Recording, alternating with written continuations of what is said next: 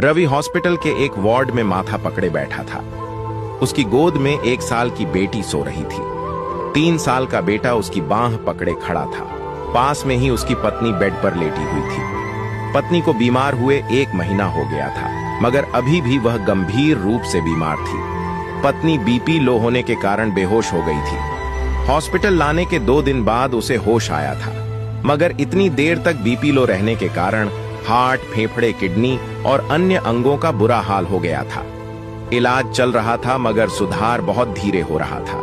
वह 1 महीने से बीमार बीवी और 2 छोटे बच्चों को अकेला संभाल रहा था। वह पिछले 4 दिनों से नहाया भी नहीं था। उसकी हालत इतनी खराब थी कि वह कहीं अकेला बैठकर रोना चाहता था। शुरू में कुछ यार दोस्त और मोहल्ले के कुछ लोग मिलने आए थे। उसके बाद तो लोगों ने फोन उठाना भी बंद कर दिया था कि वह कहीं पैसे ना मांग ले। शहर में वह ज्यादा लोगों को जानता भी नहीं था, क्योंकि 3 साल पहले वह माँ बाप और भाई भाभीियों से लड़कर इस शहर में आया था। तभी से बीवी बच्चों के साथ किराए के मकान में रह रहा था। घर में कोई बीमार पड़ता है तब सगे संबंधी और रिश्तेदार ही काम आते हैं। रवि तो ससुराल वालों से भी लड़कर बैठा था।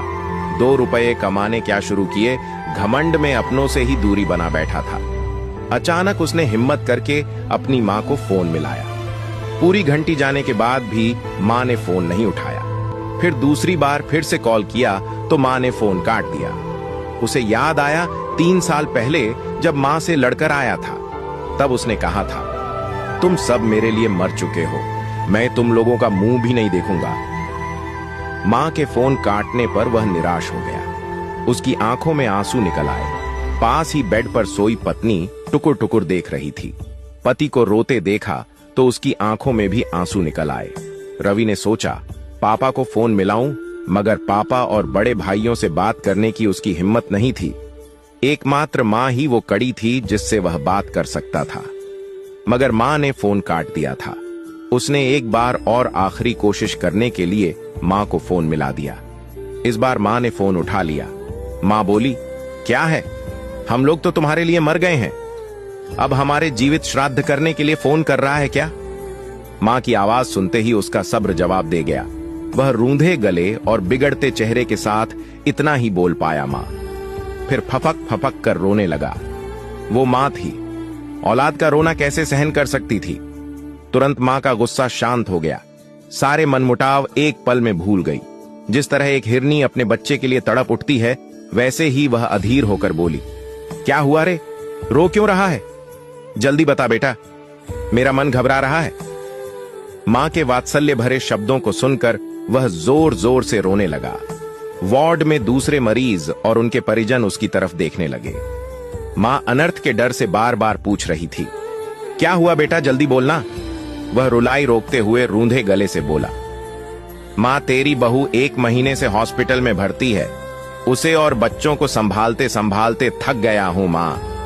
मां बोली, तू अकेला कहां है रे, हम है ना। अभी तेरा बाप जिंदा है, मां जिंदा है। 3 बड़े भाई हैं, भाभियां हैं। बताने में तुमने इतनी देर क्यों कर दी बेटा? तू अब फिक्र मत करना, 2 घंटे में सबको लेकर आ रही हूं, तू हिम्मत रखना। आज बरसों बाद उसे मां के वचन अमृत तुल्य लगे। शरीर में जान आ गई, ऐसे लगा जैसे अब सब कुछ ठीक हो जाएगा। वह खड़ा होता हुआ पत्नी से बोला, अब तू बिल्कुल ठीक हो जाएगी, मां आ रही है। पत्नी रोते हुए सारी बातें सुन रही थी। बोली, परिवार आ रहा है, ये सुनकर मेरी भी हिम्मत बंध गई है जी। कुछ देर बाद ही उसका पूरा परिवार वहां पहुंच गया। बाप ने जब उसके कंधे पर हाथ रखा तो वह पिता के सीने से चिपकते हुए रो पड़ा। रोते रोते बोला, माफ कर दो पापा। पिता ने उसे भुजाओं में कसते हुए कहा, रो मत, मैं हूं ना। भाइयों से गले मिला तो वे बोले, ज्यादा बड़ा हो गया क्या? इतनी बड़ी बात हो गई और तू अब बता रहा है? तीनों भाभियां भी साथ आई थीं, साथ में घर से खाना बनाकर भी लाई थीं। 3 साल बाद उसने अपने घर का खाना खाया। फिर मां ने उसे नहाने के लिए घर भेज दिया। परिवार के आने से वह हल्का फुल्का महसूस कर रहा था।